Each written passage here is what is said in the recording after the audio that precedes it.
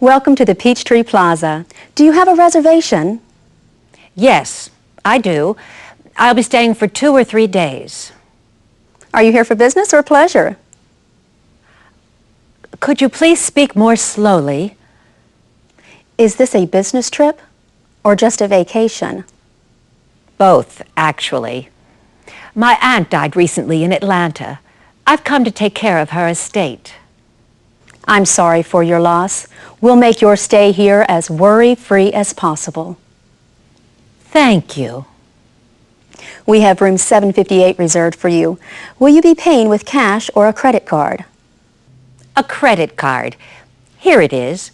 What's the rate?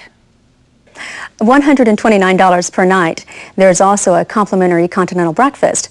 I need to make an imprint of your credit card. How do I get to my room?